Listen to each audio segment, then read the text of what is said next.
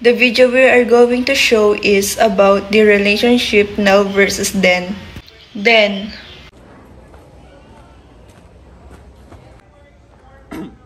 Binibini, maaari ba kitang ligawan?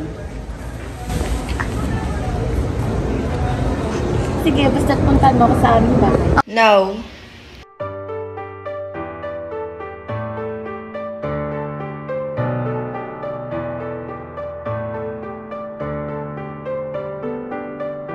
then,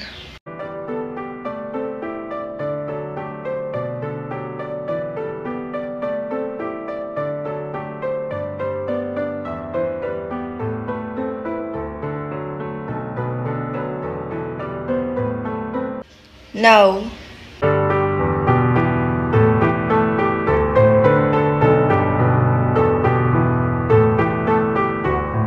then,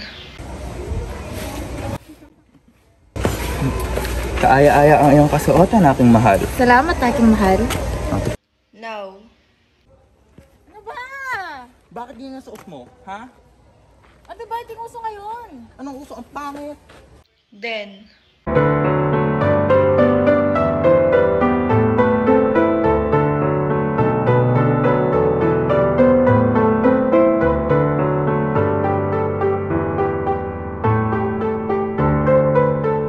now, Hi, miss. Pwede ka ba ligawan? May jowa ako. May kotse ako. Honda Civic ba yan? Oo naman. Ikaw Wait yan lang. Engineering ka ba? eh. Ah, natural. Hi guys! Welcome to our vlog. In this video, we're gonna talk about sinaunang panahon and modern era relationship.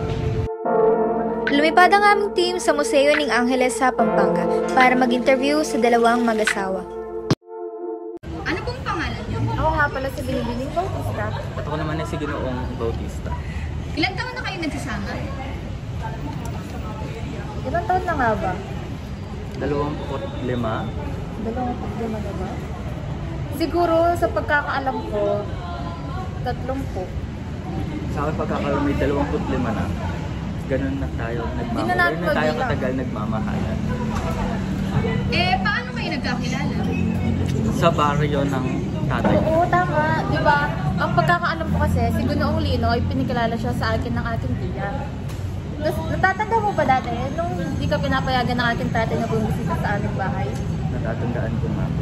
Napakahirap ng mga panahon ngayon, aking mahal. Paano naging takbo ng relasyon niyo noon? So, nung una, sobrang hirap, lalo na sa party ng tatay ko, na sobrang stricto niya, lalo na sa oras. Diba? Napaka-stricto nga ng iyong tatay. Kailangan ko pang dumaan sa kung ano-anong daan para lamang makausap kita. Ayun na nga, natatanda din ko rin noon na kailangan pa namin magbigay ng liham. Tapos di ba paabot sa aking kaibigan, di ba? Naalala ko nga yun. Nung hinarana kita, yun ang pinakamahirap na akong ginawa dahil sa Ayun iyong na nga. ama. Anong mga masasabi niyo sa mga millennials ngayon kung makipagrelasyon sila? Ang masasabi ko lang ngayon sa mga kabataan or sa mga millennial na tinatawag nila, na dapat huwag yung idaan sa mabilisang proseso. Tama ba? Tama. At dapat huwag niyong madaliin. At kailangan niyo muna dumaan sa mga harana at liham para maparamdam mo na mahal mo talaga yung kasintahan mo. At seryoso ka sa pagmamahal mo sa kanya. So parang sa panahon ngayon, napakabilis na ng mga proseso, di ba? Napakabilis na nga. Kasi naririnig ko mula sa aking mga apo na idadaan na lang sila sa chat, na kapag nakausap mo ng ilang minuto, ay mahal mo na Mahal agad. mo na agad. Narinig ko rin sa aking apo. Na mahal niya na agad kahit hindi pa niya nakikilala ng lubos ang kanyang kausap. Dahil ang panliligaw ay sobrang daming proseso na dapat pagdaanan. Hindi lang naman ang iyong minamahal ang dapat ligawan, dahil pati yung magulang nito ay dapat mo din makonbinse na mahal mo ang kanilang anak. At kaya mo siyang panindigan. Panahon ngayon, dapat taasan nyo din yung standards nyo. At hindi naman ibig sabihin no, na ikaw na lang palagi ang nagbibigay. Dapat intindihin mo din yung partner mo. At lalo na, samahan mo siya sa mga bagay na dapat kayong dalawang ang naghihirap na magkasama. Tama. At yun ang sikreto ng pagmatagalang relasyon. Nasaksihan natin ang pagmamahalan ni Chuck at Rose. At nasaksihan din natin ang konti-konting pagbabago ng klase ng pagmamahalan.